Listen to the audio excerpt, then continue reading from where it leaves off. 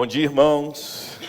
É muito bom estar aqui com cada um de vocês, celebrando uma data tão especial, né? 10 anos de organização dessa igreja, antes congregação ali da Igreja Batista Vila Piracema, e agora no dia 7 de setembro, 11 anos de história, desde o primeiro culto público. Há 11 anos atrás, no dia 7 de setembro de 2013, essa igreja se reunia pela primeira vez, num sábado à noite, um sábado festivo, com esse salão repleto de pessoas como hoje pela manhã e agora, pela graça de Deus, um turno só não é suficiente, né? Tem o culto pela noite também, e tenho certeza que muito em breve a igreja já vai estar aí no seu novo local. E como o Flávio falou, celebrar a história dessa igreja é motivo de muita alegria.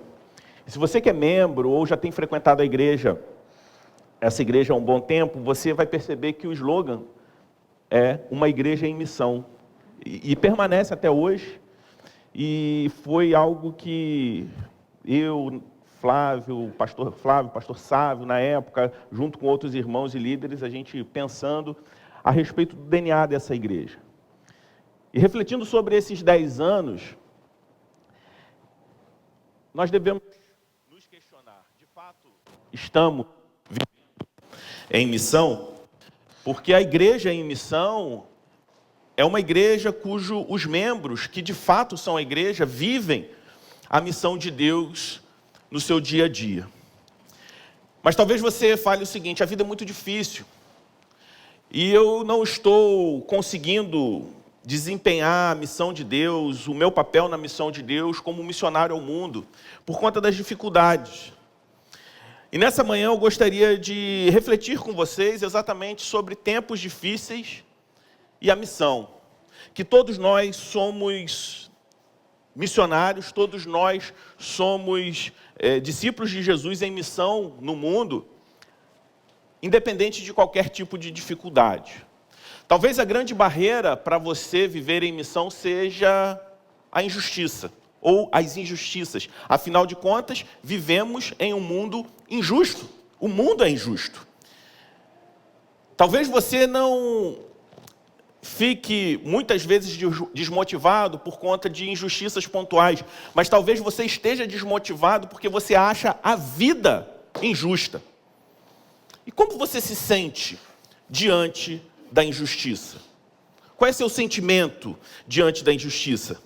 O que você sente quando os juízes são injustos? O que você sente quando aqueles que devem promover a justiça violam direitos para punir e condenar pessoas de forma parcial e injusta? Como você se sente? Por que eu estou falando isso? No caso do Rei Jesus, a vida também era injusta para ele. E não era apenas injusta, as suas últimas horas foram injustas e ilegais. Sim, Jesus foi alguém que conviveu até o seu último dia com injustiça. Por isso eu queria te convidar a abrir a sua Bíblia no Evangelho de Marcos, no capítulo 14, a partir do versículo 53, onde nós vamos ler a narrativa de um julgamento injusto. Marcos 14, a partir do versículo 53.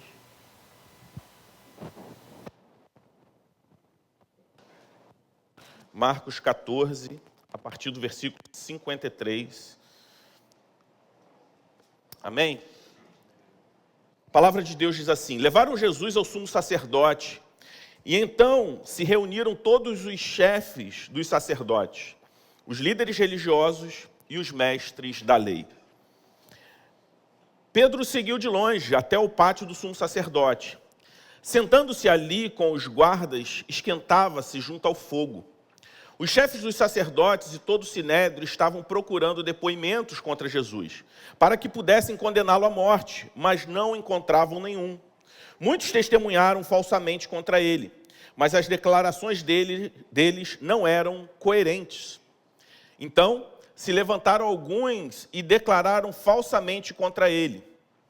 Nós ouvimos dizer: destruirei esse templo feito por mãos humanas, e em 3 dias construirei outro, não feito por mãos de homens. Mas nem mesmo assim, o depoimento deles era coerente. Depois o sumo sacerdote levantou-se diante deles e perguntou a Jesus: você não vai responder à acusação que lhes fazem? Mas Jesus permaneceu em silêncio e nada respondeu. Outra vez o sumo sacerdote lhe perguntou: você é o Cristo, filho de Deus, do Deus bendito? Sou, disse Jesus, e vereis o Filho do Homem assentado à direita do Poderoso, vindo como as nuvens do céu. O sumo sacerdote, rasgando as próprias vestes, perguntou: por que precisamos de mais testemunhas? Vocês ouviram a blasfêmia? Que acham? Todos o julgaram digno de morte. Então alguns começaram a cuspir nele, vendaram-lhe os olhos, dando-lhes murro, diziam: profetize. E os guardas o levaram dando-lhe tapas. Vamos orar? Pai Santo, nós te agradecemos pela tua palavra e te pedimos que o Senhor fale aos nossos corações, que o Senhor abra nossos corações e mente, retire de nós qualquer tipo de preocupação ou distração que venha roubar a nossa atenção daquilo que é mais importante, que é ouvir a tua voz no momento em que a tua palavra é lida, é pregada. E nós te pedimos que o Senhor possa abrir o nosso entendimento para que possamos compreender aquilo que o Senhor quer falar conosco nessa manhã. E assim nós oramos no nome de Jesus. Amém. O que nós vemos aqui é a cena de um julgamento injusto. Talvez não, certamente, o julgamento mais injusto de todos os tempos, porque o réu não era simplesmente alguém que era inocente daquela acusação. Além de inocente daquela acusação, tratava-se do único inocente que viveu nesse mundo, que andou por essa terra que nós caminhamos. E Jesus, nesse momento, ele estava sendo julgado por conta de uma acusação, mas por conta de uma traição de um dos seus amigos mais próximos. Mas antes disso, antes da sua traição, que nós vamos ver mais à frente, eu não estou me referindo a Judas, mas uma outra traição que nós veremos na sequência desse texto, Jesus suportou 6 audiências em questões de horas. 3 julgamentos pelos líderes religiosos e outros 3 julgamentos perante as autoridades políticas romanas da sua época. E é impossível, é difícil contabilizar todas as injustiças nesse processo rápido, onde 6 julgamentos foram feitos contra Jesus. O primeiro problema que nós identificamos aqui é que aquele julgamento estava acontecendo na noite, durante o período da noite. E perante a lei da época, julgamentos como aquele não poderiam acontecer naquele turno, durante a noite. Uma segunda violação de direitos. Esse julgamento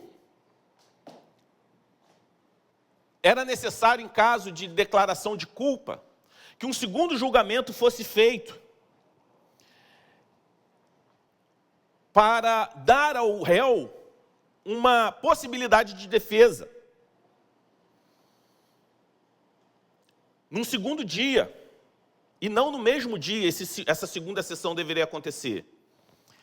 Esse julgamento também não podia ser realizado num sábado ou num dia de festa, como a Páscoa.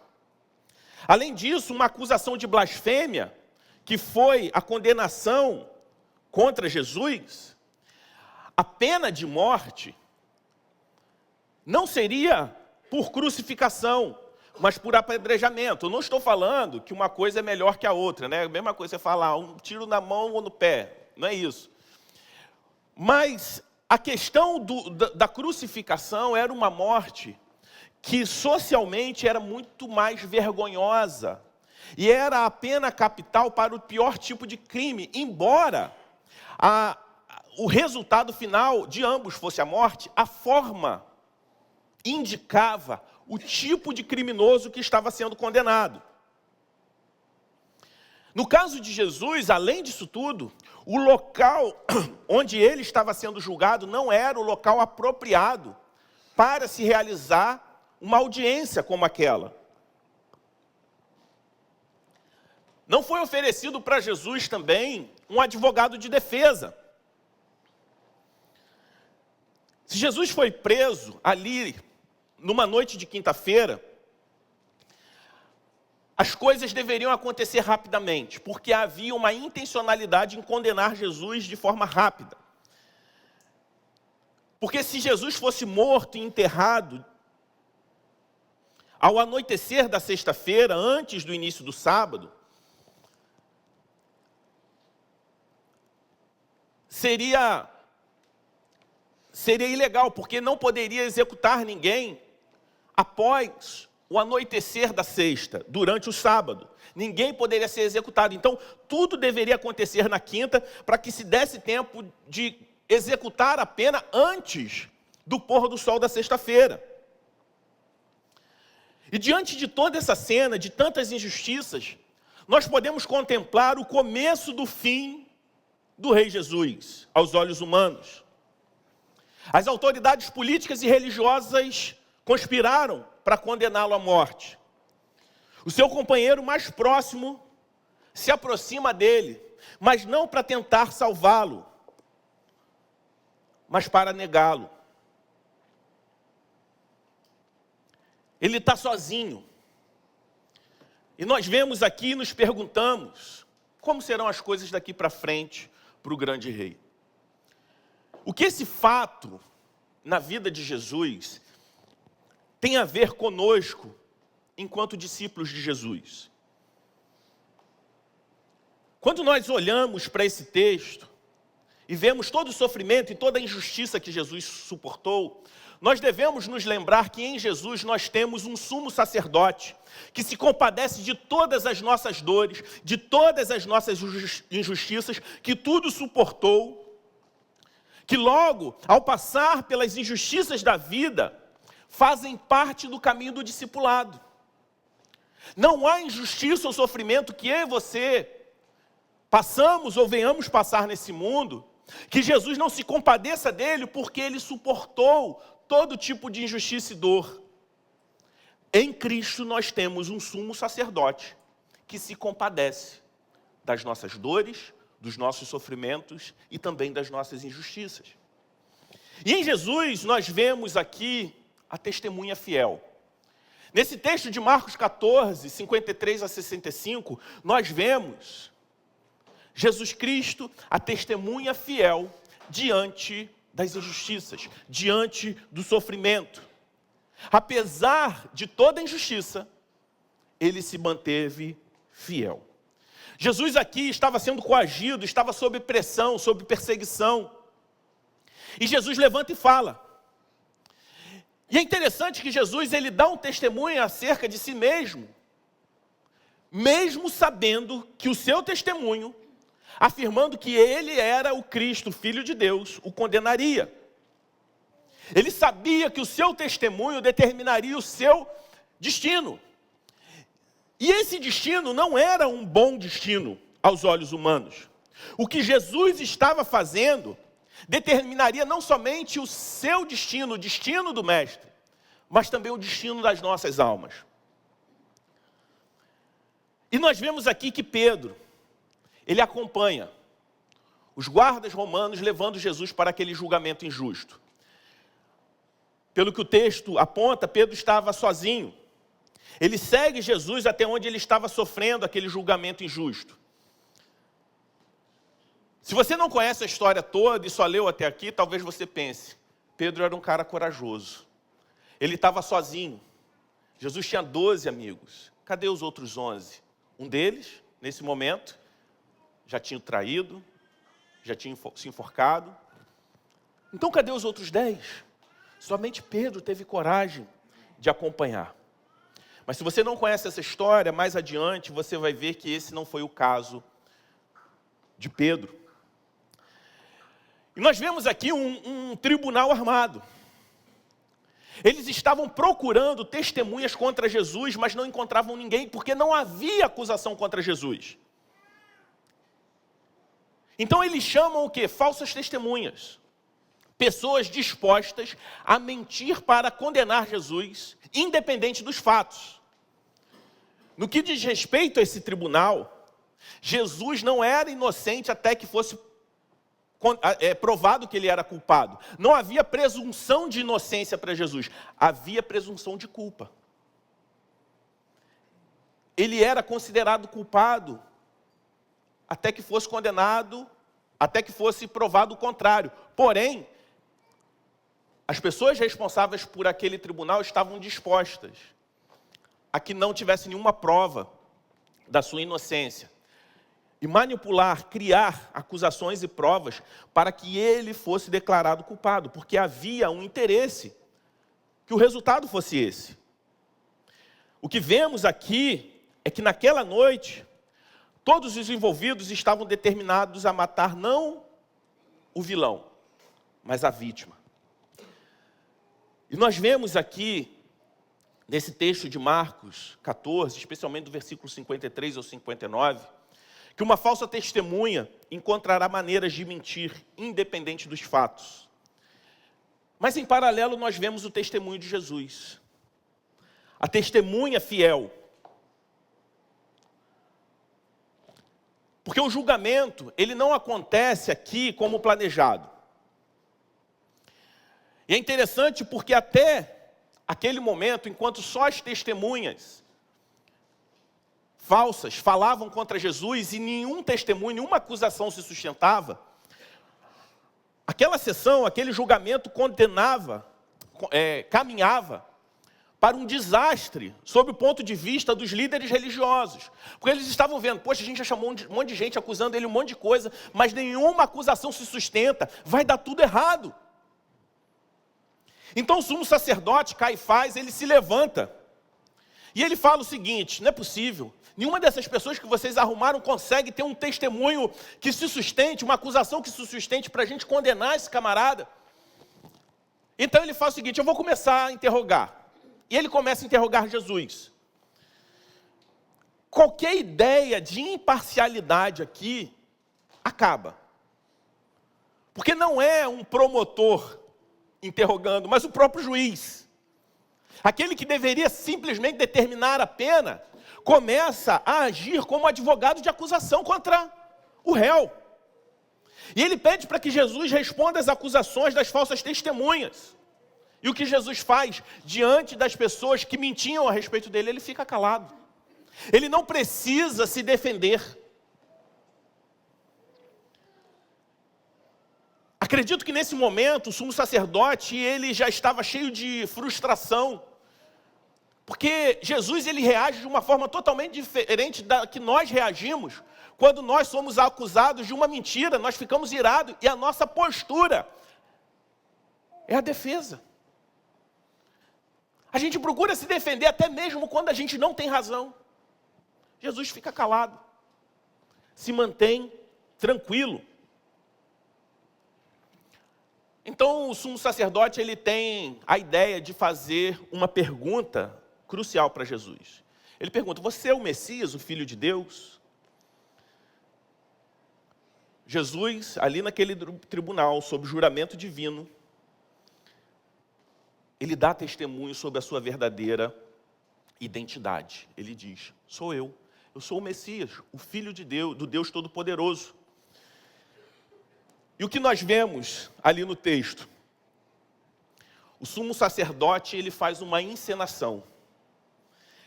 Ele demonstra uma indignação hipócrita e rasga as próprias vestes, como ele tivesse ficado indignado com a declaração de Jesus. Porque, na verdade, ele estava feliz. Ele falou: perdemos tempo, talvez subornando falsas testemunhas para condenar Jesus, enquanto bastou uma pergunta para ele se condenar. Na prática, Jesus condenou a si mesmo, com suas próprias palavras, se declarando como Filho de Deus. E o sumo sacerdote declara Jesus culpado de blasfêmia, um crime capital. E nenhuma outra testemunha foi necessária para condenar Jesus. Mas todos que estavam presentes concordaram com a sentença do sumo sacerdote e o condenaram como merecedor da morte. E as coisas, naquele momento, que eram injustas, elas conseguem piorar. Elas se tornam também vergonhosas. Os presentes ali começam a cuspir em Jesus, um ato tão insultuoso como é hoje em dia. Eles começam a bater em Jesus. É difícil descrever em palavras a gravidade dessa injustiça que está ocorrendo. E as coisas ainda pioram. E o que nós aprendemos diante da injustiça e da vergonha que Jesus estava sofrendo? Que uma testemunha verdadeira dirá a verdade, independente das consequências. Enquanto a testemunha falsa dirá mentira, independente dos fatos, a testemunha verdadeira dirá a verdade, independente das consequências. Para a gente continuar entendendo o que aconteceu nesse julgamento, eu convido você a ler o restante dessa história, não sob a narrativa de Marcos, mas de Lucas, lá no capítulo 22. Porque Lucas traz para nós um detalhe muito importante para a gente entender tudo o que estava acontecendo ali e como o julgamento de Jesus tem a ver com a minha vida, com a sua vida e da nossa vida enquanto discípulos de Jesus em missão ao mundo. Lucas 22, a partir do versículo 54, a palavra de Deus diz assim, do 54 ao 62. Lucas 22, 54 a 62, diz assim: Então, prendendo-o, levaram-no para a casa do sumo sacerdote. Pedro os seguia à distância. Mas quando acenderam um fogo no meio do pátio e se sentaram ao redor dele, Pedro sentou-se com eles. Uma criada o viu sentado ali à luz do fogo. Olhou fixamente para ele e disse: Este homem estava com ele. Mas ele negou. Mulher, não o conheço. Um pouco depois, um homem o viu e disse: Você também é um deles. Homem, não sou, respondeu Pedro. Cerca de 1 hora mais tarde, outro afirmou: Certamente este homem estava com ele, pois é galileu. Pedro respondeu: Homem, não sei do que você está falando. Falava ele ainda, quando o galo cantou. O Senhor voltou-se e olhou diretamente para Pedro. Então Pedro se lembrou da palavra que o Senhor lhe tinha dito: Antes que o galo cante hoje, você me negará 3 vezes. Saindo dali, Pedro chorou amargamente. Quando eu vejo essa atitude de Pedro, eu me lembro de uma expressão popular, que é muito comum no Rio de Janeiro, mas tenho certeza que aqui em Macaé também, que é o famoso "tamo junto". Já viu? Que você fala com alguém, aí fala: não, estou precisando de alguma coisa. Tamo junto. Esse tamo junto é o seguinte: boa sorte, não conte comigo, muitas vezes. É igual o vamos marcar. Você encontra com a pessoa, vamos marcar, mas esse encontro nunca acontece. Quando eu vejo a história de Pedro, eu penso que Pedro era aqui do estado do Rio de Janeiro. Porque um pouco antes, quando Jesus fala para Pedro: Pedro, antes que o galo cante, você vai me negar 3 vezes. O que Pedro fala? Ainda que eu morra, eu jamais vou te negar. Horas depois, o que acontece? Pedro nega. Pedro falou para Jesus: Jesus, estamos juntos, estou contigo até a morte. Mas ele negou Jesus.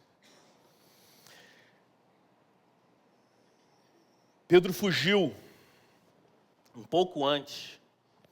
Pedro falhou com Jesus quando Jesus saiu para orar e pediu para ele ficar em oração, e ele não ficou. Ele fugiu com os outros quando Jesus foi preso, embora talvez movido por remorso, ele tenha resolvido ir até lá. Ele se aproxima até onde Jesus estava detido. E Pedro estava ali, como a palavra de Deus nos indica, no pátio de baixo. E uma serva do sumo sacerdote que estava ali trabalhando, ele vê Pedro. E Pedro ali, ele, com a nossa expressão atual, ele dá mole. Ele fica com frio e vai para perto da fogueira, não existia luz elétrica. A luz que aquecia Pedro também trouxe claridade a ponto da serva poder identificar Pedro. E por isso Pedro é identificado.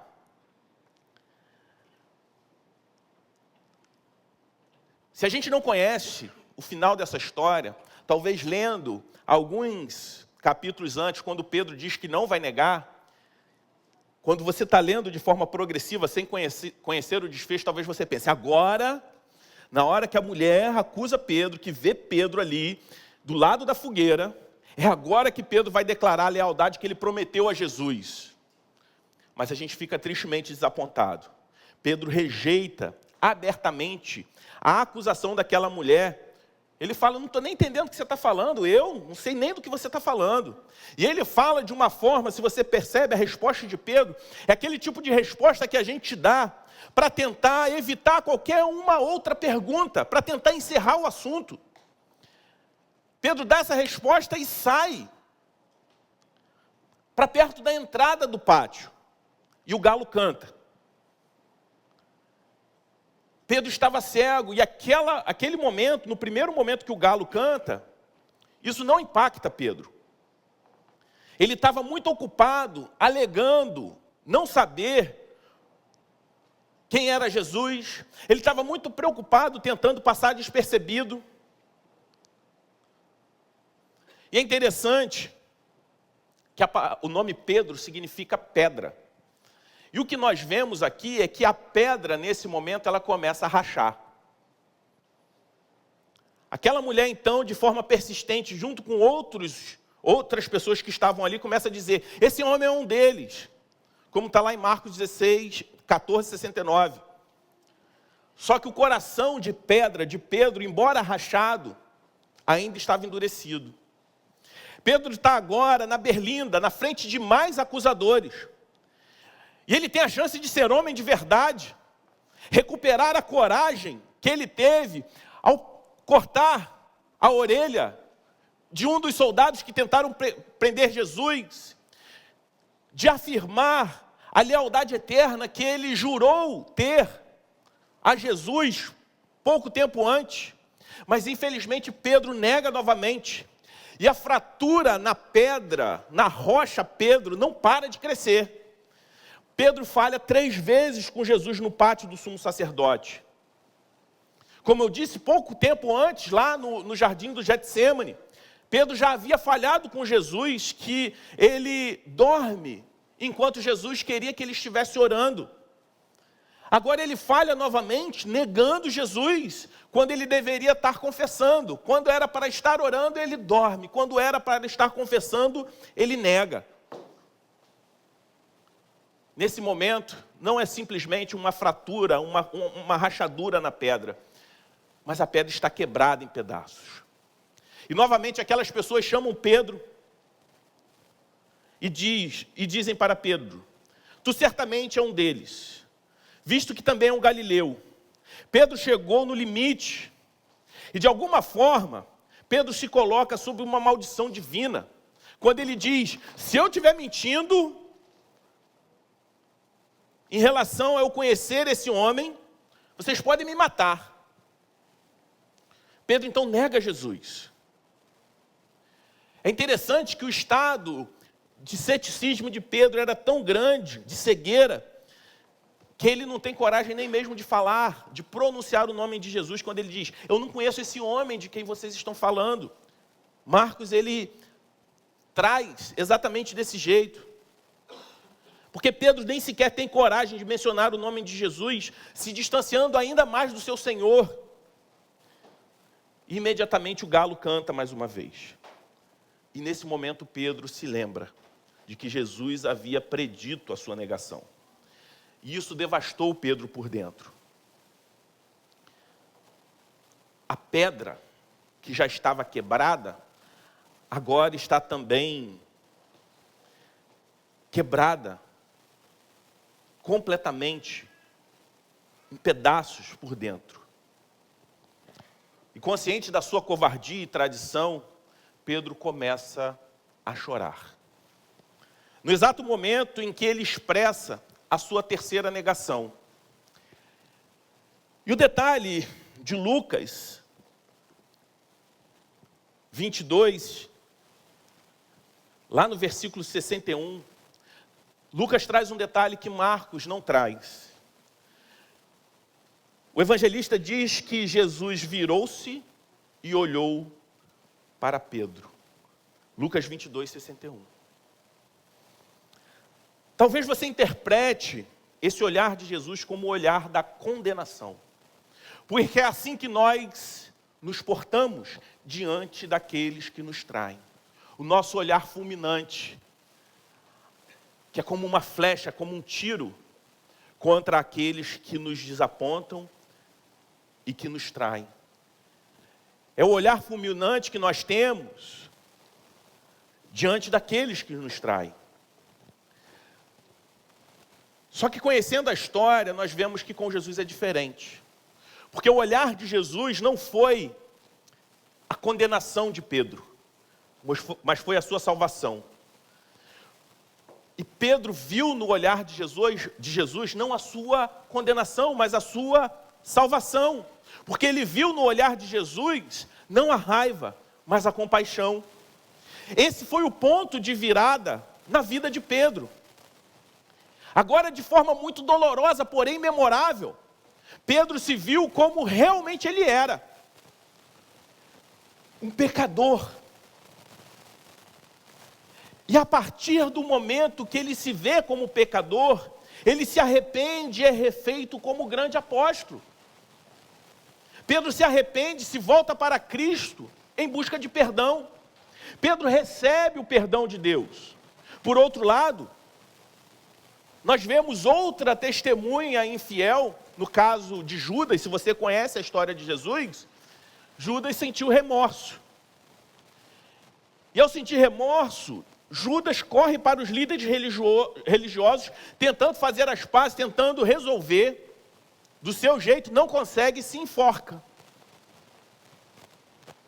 Pedro, ele não é movido por remorso.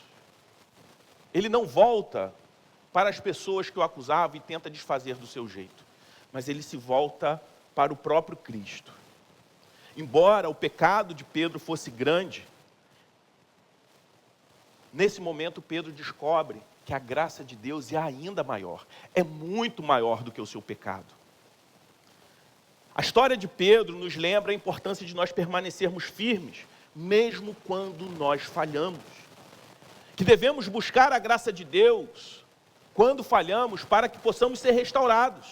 Ao invés de nos escondermos na nossa vergonha, nós somos chamados a nos aproximar de Cristo, onde nós podemos encontrar amor, perdão, restauração. A traição de Pedro é um reflexo não só do apóstolo Pedro, mas um reflexo da minha vida e da sua vida. É um reflexo de todos nós. No centro da natureza humana está uma propensão a priorizar nosso bem-estar, a nossa segurança, a nossa reputação acima da verdade de Deus em nós.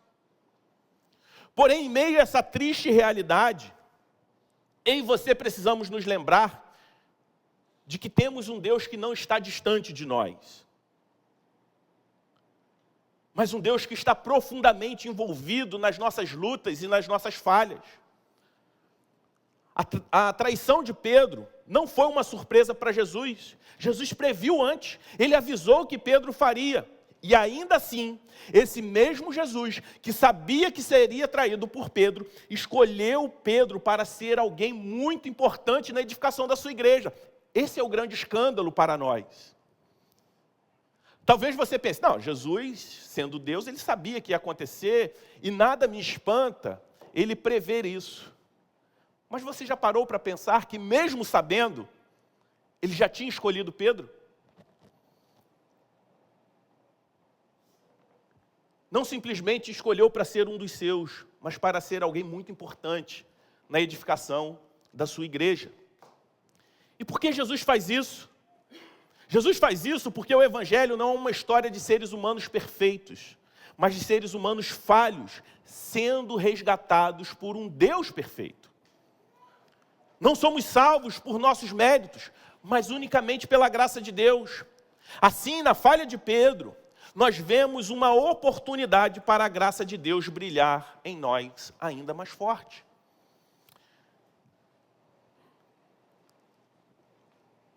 Há um tempo atrás eu estava assistindo alguns vídeos aleatórios no YouTube e entrou um vídeo sobre uma técnica japonesa de restauração de vasos.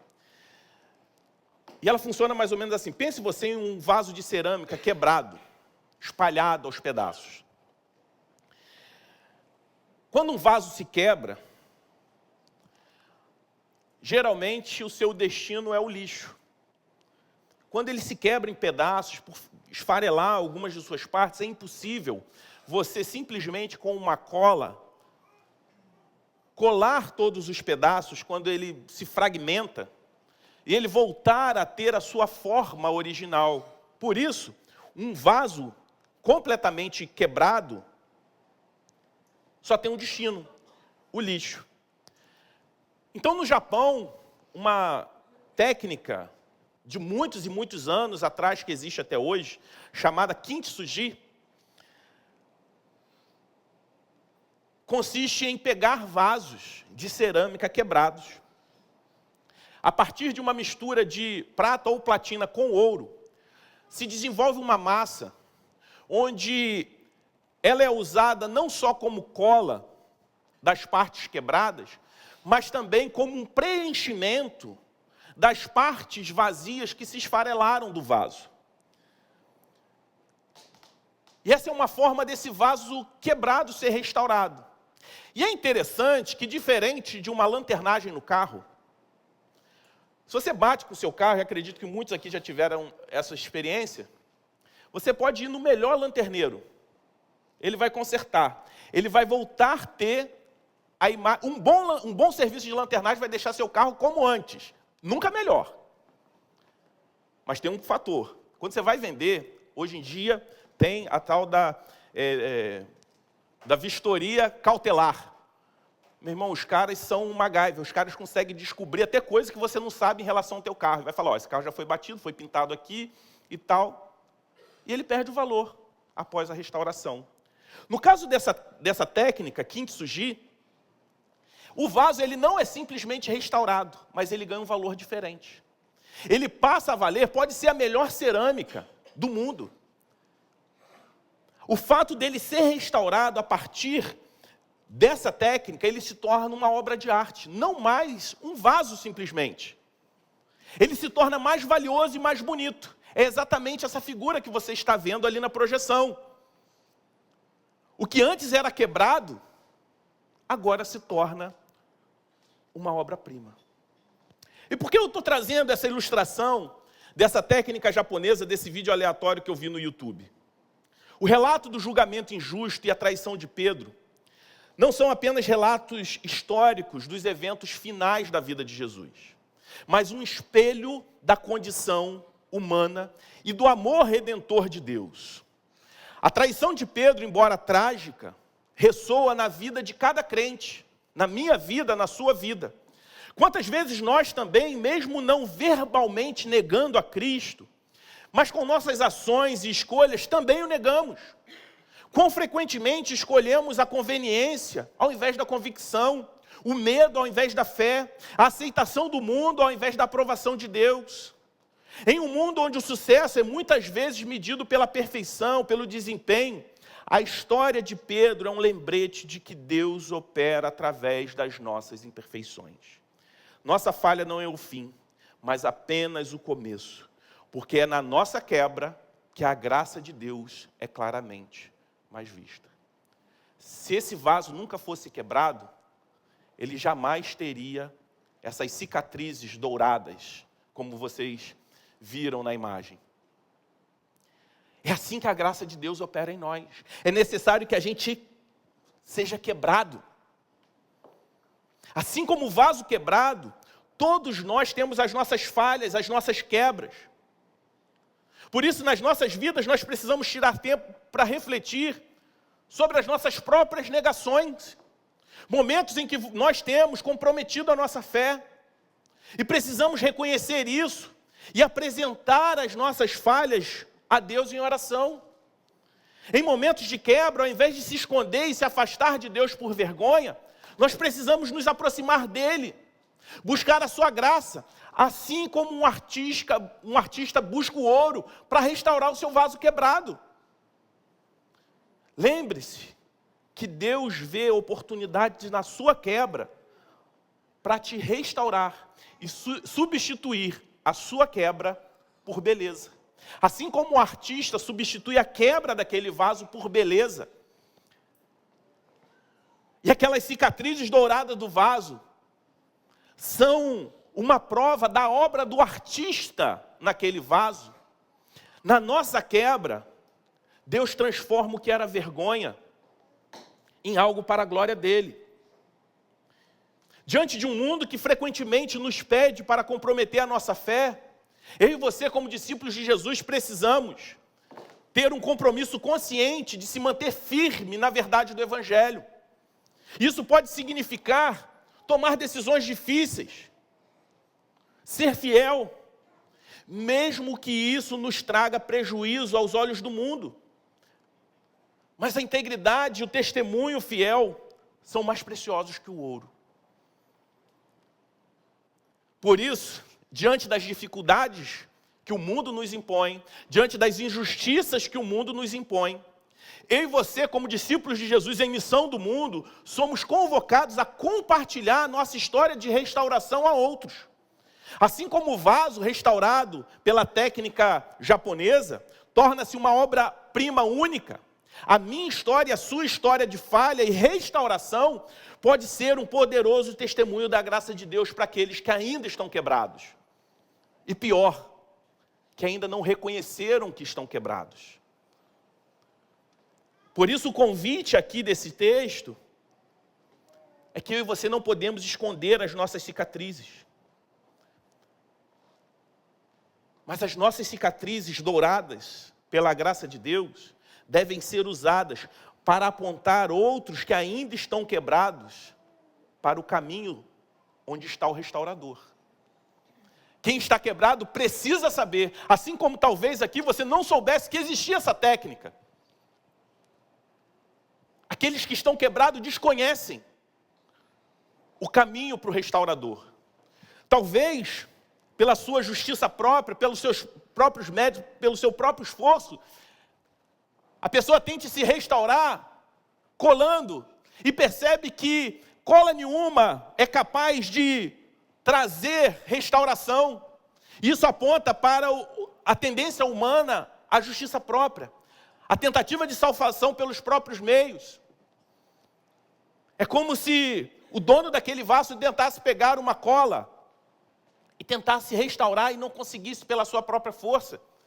Somente no momento que ele entende que ele não é capaz de realizar aquela obra, mas que ele precisa de um artista, de um restaurador, que tem um elemento dourado chamado a graça de Deus, que é capaz não só de restaurar, mas de transformar aquele vaso que antes quebrado numa grande obra de arte. No coração do Evangelho está a graça incompreensível de Deus. E essa graça ela está disponível para com os falhos e quebrados como eu e você. Enquanto não reconhecemos a nossa própria quebra, a nossa própria falha, jamais seremos capazes de experimentar a graça redentora de Deus. Na traição de Pedro, nós vemos o pior da humanidade, não é verdade? Como é decepcionante, e vemos aquilo que há de pior no ser humano, o medo, a covardia, a traição. Mas através do olhar de Jesus, nós vemos o melhor de Deus. O amor, a graça e a capacidade e o poder de Deus para restaurar e redimir todo tipo de ser humano. A história não termina com a traição de Pedro. Graças a Deus por isso. A história de Pedro não termina na sua traição. Porque ele foi restaurado, ele foi fortalecido. E ele foi usado poderosamente por Deus no início da igreja de Cristo. Se estamos aqui hoje é porque Deus usou a vida do apóstolo Pedro para que a sua igreja, no seu início, se expandisse e fosse passado esse evangelho de geração após geração. E assim como Pedro foi usado Antes um vaso quebrado, agora restaurado, eu e você também temos essa mesma responsabilidade, para que as próximas gerações, assim como o salmista diz, também possam louvar a Deus pelos seus grandes feitos. Cada um de nós precisamos nos lembrar da traição de Pedro, não como um aviso de falha, mas como um convite à redenção. Que eu e você devemos nos voltar para Jesus, que é a testemunha fiel, que mesmo diante da traição, mesmo diante da morte, nos oferece amor e perdão. E que assim, fortalecidos por sua graça, nós possamos viver fielmente como um de seus discípulos, proclamando seu amor, sua graça, para aqueles que estão quebrados, aqueles que estão necessitados. E às vezes nós somos impedidos de avançar, porque nós estamos concentrando nossa atenção nas nossas falhas. Mas nós não podemos ser paralisados por ela, nós precisamos olhar para a cruz. Porque é na cruz que nós encontramos o amor e a graça de Deus sendo demonstrada de forma mais profunda. Ainda assim, Pedro, mesmo negando, Pedro foi restaurado e usado por Deus. Assim também nós, por meio da graça de Deus, podemos ser restaurados e usados para os propósitos de Deus. Esse é o nosso desafio como igreja. Parar de olhar para as nossas próprias falhas, não ser indiferente a elas, mas entender, reconhecer que somos quebrados, mas entender que existe um caminho para o restaurador. E é que aquele que nos restaura, ele não simplesmente refaz o que era velho, mas transforma tudo em algo novo. Assim como nós vemos a história de Pedro, e temos a tendência de olhar para Pedro, nossa, nesse momento, como ele pôde fazer isso? Nós devemos nos lembrar que todos nós somos Pedro, mas todos nós também podemos ser Pedro, não somente na sua falha, mas também devemos ser como Pedro, após a sua transformação, após o ponto de virada na sua vida. Eu gostaria de encerrar nessa noite dizendo, são 10 anos de organização, 11 anos de história, de uma igreja em missão. Uma igreja em missão é uma igreja de vasos restaurados. Não é uma igreja que pensa que o mundo está dividindo simplesmente entre bons e maus, pecadores e não pecadores, mas sim entre aqueles que são e aqueles que não são honestos em relação ao seu próprio pecado. E quando nós somos honestos em relação ao nosso pecado, nós reconhecemos a nossa quebra.